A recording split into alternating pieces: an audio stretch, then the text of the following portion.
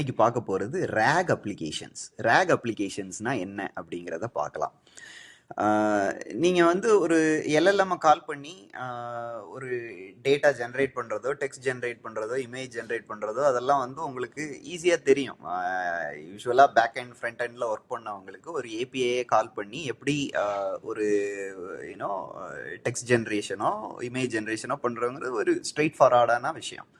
ஆனால் ஒரு business solution கான்டெக்ட்ல பார்த்தீங்கன்னா இப்போ சேட் ஜிபிடி இருக்குது. சேட் ஜிபிடி ஏபிஐ நீங்கள் ஓப்பன் ஏபிஐ யூஸ் பண்ணி நீங்கள் ஒரு சேட் போர்ட் கிரியேட் பண்ணுறீங்க அப்படின்னு வச்சுக்கோமே, ஒரு சப்போர்ட் போர்ட் கிரியேட் பண்ணுறீங்க வெப்சைட்டுக்கு அப்படின்னு வச்சுக்கிட்டிங்கன்னா, சேட் ஜிபிடிக்கு உங்களோட டொமைன் நாலேஜ் அப்படிங்கிறது இருக்காது. அதுக்கு ஜெனரலான நாலேஜ், இதெல்லாம் ஜெனரிக் எல்எல்எம்ஸ். ஸோ ஜெனரலான நாலேஜ் இருக்கும். டொமைனுக்கான நாலேஜ் வேணும் அப்படின்னா என்ன பண்ணணும்? மல்டிபிள் சொல்யூஷன்ஸ் இருக்குது.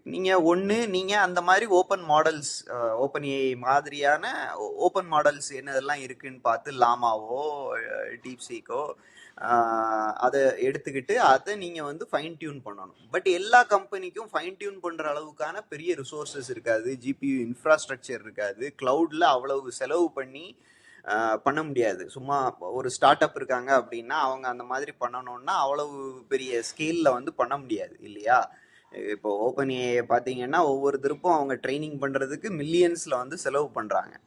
ஸோ அப்போ கண்டுபிடிக்கப்பட்ட ஒரு சொல்யூஷன் தான் இந்த rack solutions, retrieval augmented generation. So என்ன அப்படின்னா, நீங்கள் உங்களோட கண்டென்ட்டை ரிட்ரைவ் பண்ணி, ரிலவெண்ட்டான கண்டென்ட்டை ரிட்ரைவ் பண்ணி, ஓகே நீ டெக்ஸ்ட் ஜென்ரேட் பண்ணு, எல்எல்எம்கிட்ட நீ டெக்ஸ்ட் ஜென்ரேட் பண்ணு, ஆனால் ஏன் கண்டென்ட்டை வச்சு பண்ணு.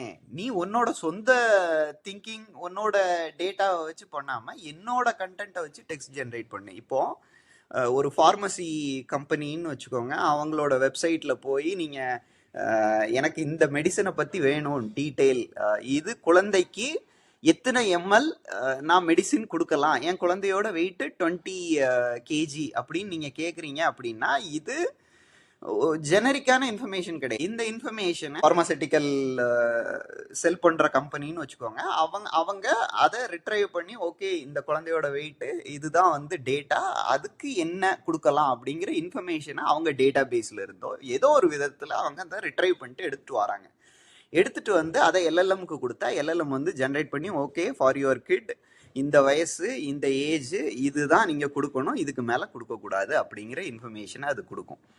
இதுக்கு பேர் தான் வந்து ரேக் அப்ளிகேஷன்ஸ்.